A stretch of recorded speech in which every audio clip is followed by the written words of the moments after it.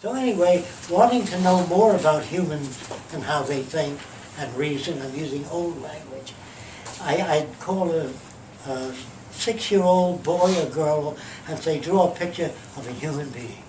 At 6, this is generally what I got. Not exactly like this, but something like this.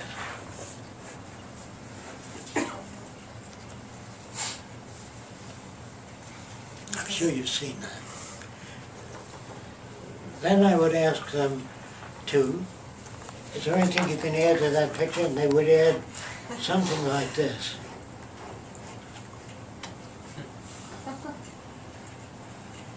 Then I'd say,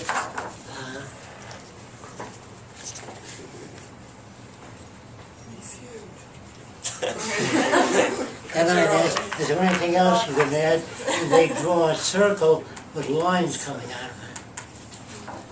And that would be as far as I'd go with them to check the uniformity of response. It's very uniform, because I've seen it. Sure, most of you have seen that. It's not telepathy. Then the teacher would give them a crayon, and they'd color it. And the teacher would hang it up, and I would try to stop the teacher from hanging it up. She said, well, they're children, they made these drawings, we just want to hang them up, show what they're doing. And I said, why don't you hang up K-A-T? I spells cat with a K. Well, then we'd lose communication. So I said, this is not right. If you hang that up, you freeze the kid at that level. So I called the kid over, and I say, how does this guy get in that door? I asked the kid, and the kid says, right away, I made him too big. I said, does the guy eat anything? Looks like he never ate anything in his life. So right away, the kid would add mass, not very good. You know, kind of like that. He'd add mass to the drawing.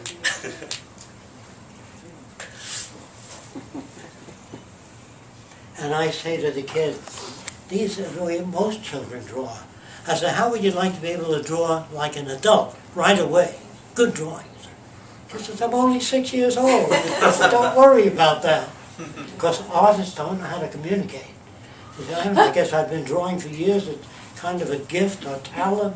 All those words, gifted, talented, all bullshit words. Like instinct is a bullshit word. How does it work? Where does it come from? The artist doesn't know precisely how to tell people how to draw. So I say to the kid, do you know a little bit about the alphabet? They say yes. Do you know what the letter T looks like? Yes. If they know that, I have them draw a, you can take these home with you if you want. I have them draw a big T, like that. And I make sure that the top of the T doesn't lean this way or that way. I tell them, I don't use terms like right angles. I say these are distorted T's. This is, and they usually pick this one. Once they draw the T, I say, do you know what an almond is? The kid says, those kids that do, most of them do. I say, I draw 3 things. Which looks like an almond? This, or this? They usually pick this. And I say, you draw 1 almond here, very light, and an almond on the side of that, and 1 touching it here. Then erase the middle almond. 1 almond above, you draw a half round. I'll work upside down. What's this? The kid said, that's a letter V. What's this? It's a V upside down. Well, whatever this distance is, from here to here, you draw a V upside down. What's this? The kid says, that looks like a lot of birdies flying.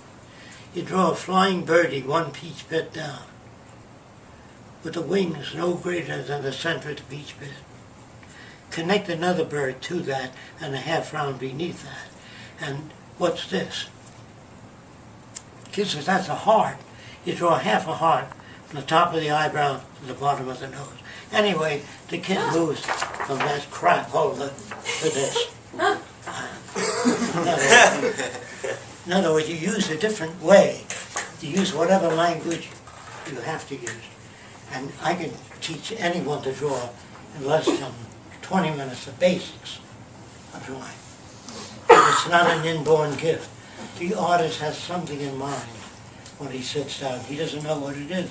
It's like asking a normal person, when did you learn to speak? He says, Saturday morning, February. No, first he went da, da, da, da. And eventually, maybe some guy he banged his knee and went, banged his elbow, and he ate something. And language is an extrapolation of noises made over a long period of time. Nobody sat down and says, I got to invent a way to communicate. That may work today, but nobody invents anything. I also asked Osceola's great-grandson where the bow and arrow came from. He said his grandfather's grandfather told him that the Indians used to cut a bear skin. There's a bad drawing of a bear skin. And they put it out in the sun to dry after they skinned the bear. And when they came back, it was half the size, and that bothered them. So they built a frame around that bear skin, and they tied leather strips to it to keep it from shrinking too much.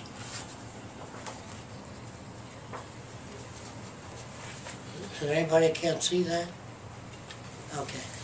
But when you cut the leather strips, they use natural glass called obsidian, and they cut the strips. But when you cut a strip of leather, that too shrinks. It becomes about half the size and 3 times as fat. And that bothered them, bothered the Indians.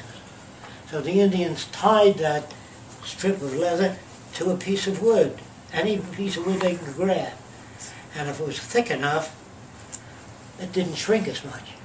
But if it was too thin, they had the bow. I don't know if you understand that. The bow is the result of shrinking leather and a branch thick enough, thin enough, not to support that. So the branch is pulled by the shrinking leather. And the first Indian picked it up, went bang, and made a smaller one, bing, the heart. So nobody ever sat down and invented the bow and arrow. The schools have started to ask backward. They show you great inventors, Edison invented the electric light. They don't tell you all the people who went before that. They tell you Leonardo da Vinci was ahead of his time. But they don't tell you the people he associated with, talked of gears and levers, and they never show you that. So it puts a mystery. It puts a mystery around invention. They think certain people are naturally gifted. Some are lazy, some are productive. All that's bullshit. It isn't so. I'm looking for my glass of water. It's here, we moved it. Blue one. Thank you. It's the only blue one.